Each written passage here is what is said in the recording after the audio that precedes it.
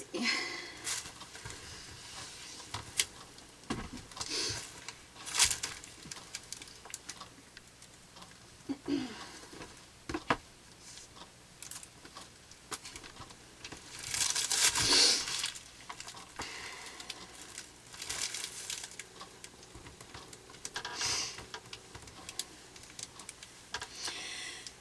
Today is September 23rd, and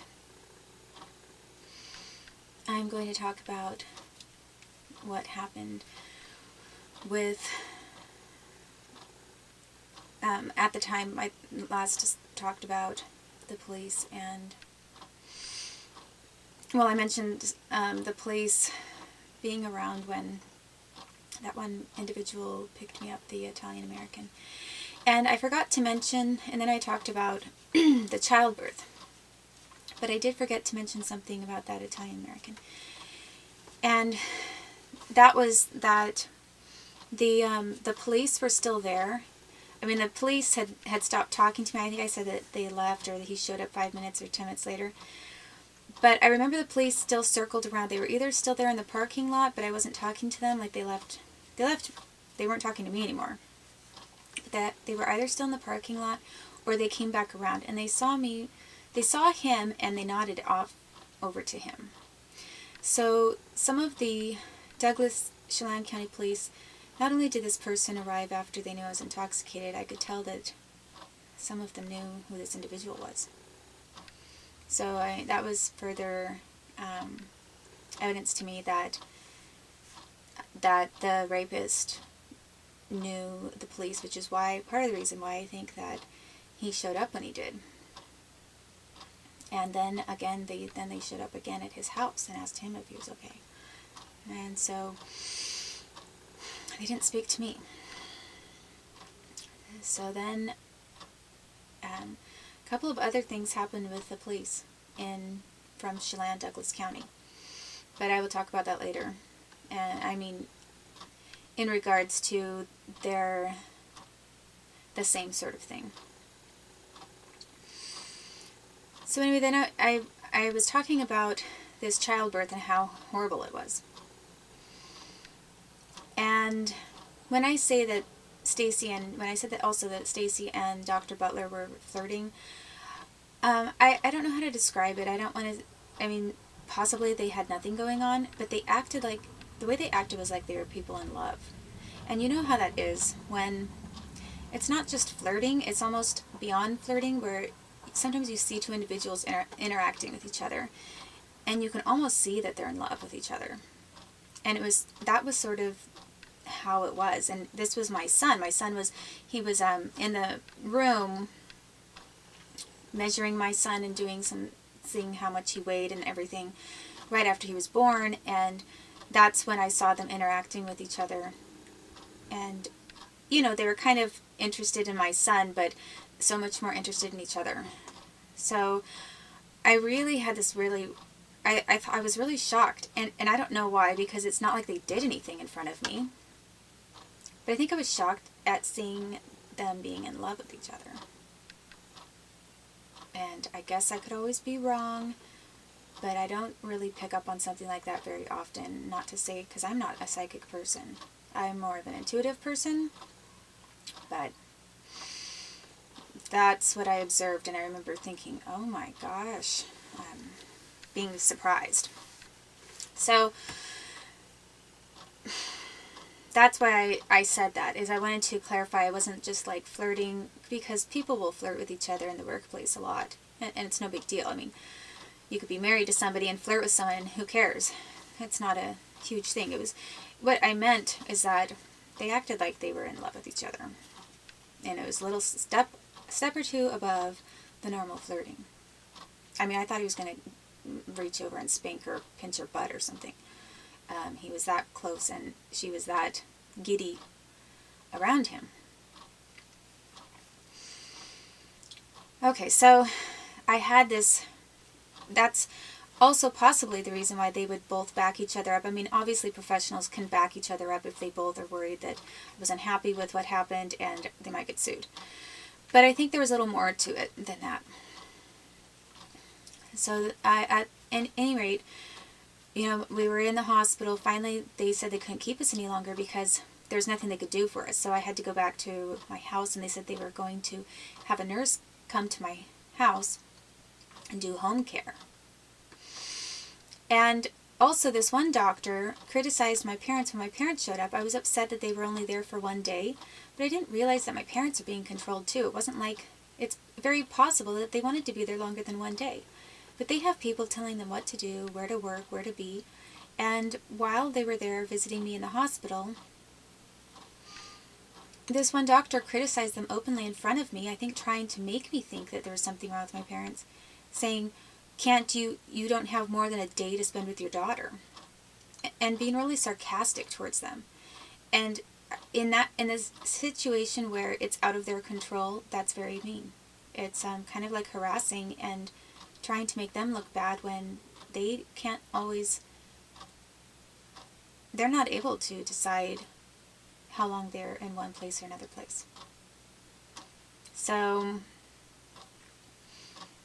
at the time, I felt sort of the same. I was kind of upset that my parents weren't going to be there more than a day or two. But then I realized I've seen since then instances where some other group is trying to cause problems between me and my family, and they don't want me to know why that is.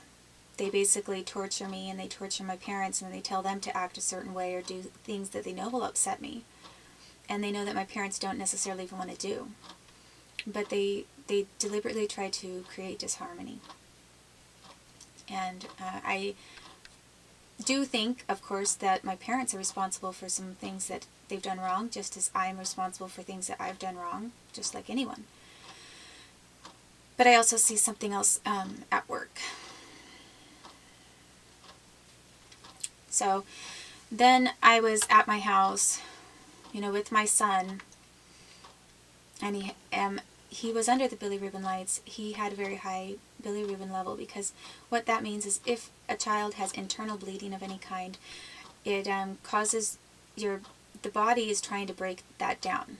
It tries to, I think, absorb, I don't know exactly how it works, but it tries to reabsorb the blood and get it out of the body. And when there's so much blood and this newborn baby is so new at processing everything, it raises their bilirubin levels up really high, and they get jaundice, and they can get extremely sick. They can even die from it. They definitely can die from jaundice and from these toxic bilirubin levels. So that is what was happening with my son because of this head injury. And once he was, the other thing that they did, aside from forcing me to sign him up for a social security number, is they harassed me about giving him a name. And I wasn't sure what to name him because I had thought he was going to be a girl. I mean, that's what everyone thought, that he was,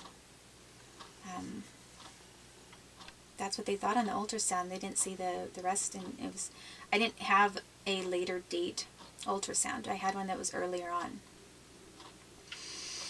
So I wasn't prepared, and I did have a couple baby name books with me just in case I changed my mind about even the girl's name. And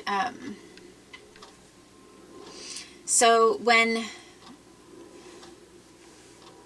I had a boy, I was totally unprepared. I hadn't thought about that at all. And then they harassed me and said, "Don't you have a name for your child?" So then it was harassment, as if I didn't care about my child because I didn't have a ready name.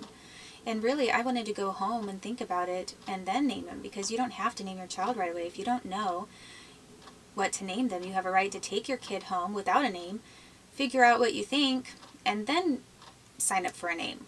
I mean, there are a lot of things that a parent has a right to that are not explained very well.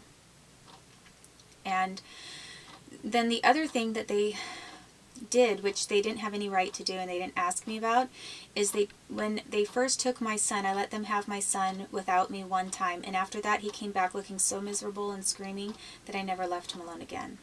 I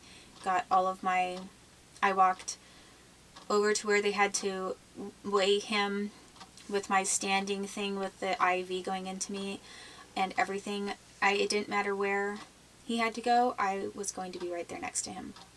And I didn't trust whatever someone had done to him out of my sight the first time. And then I found out that someone had taken a photo of him and put it up online publicly. Nobody asked my permission to have my son's photo out there for the world. And since he was a newborn baby, I cared about my privacy. I did not want to have my son, I would have never consented or agreed to have his picture put up on a website for the hospital that was public and accessible to everybody in the world. So they didn't ask for my permission to photograph my son, and then when I complained about it, then they started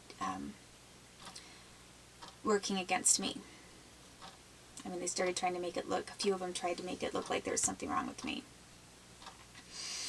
So then I was at my house with my parents, and they were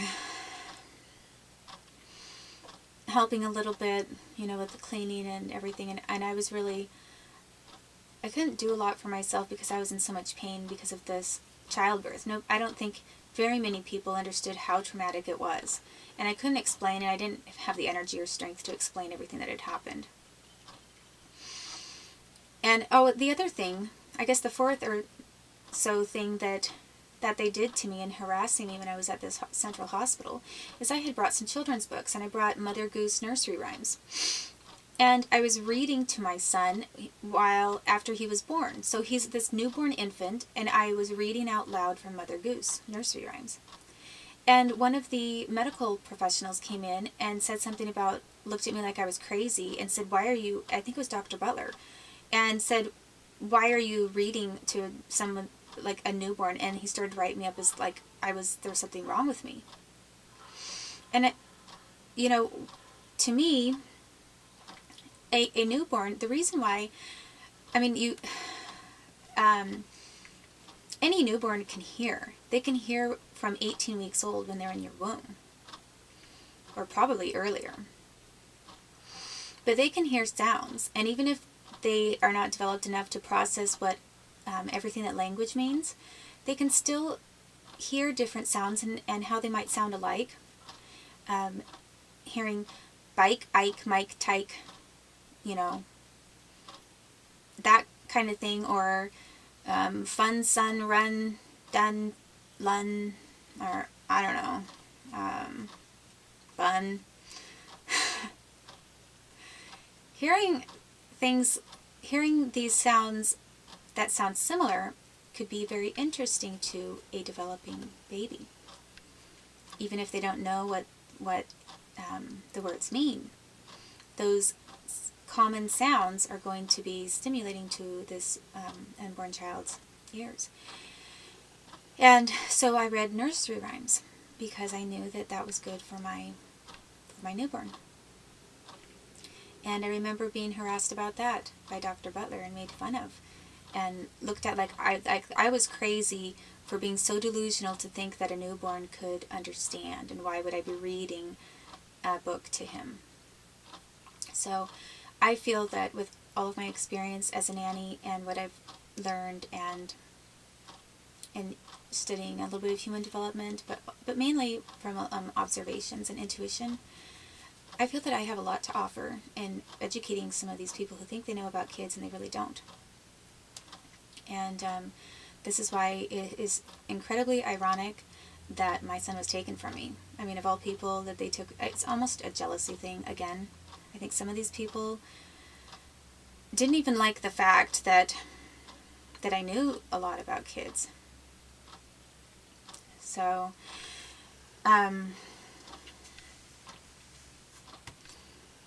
so anyway, that's what I was doing when I was home with my son. And my parents had to leave, and then I was breastfeeding him. I had a couple of follow-up checkup appointments with Dr. Butler's offices. And then I had to go see a breastfeeding specialist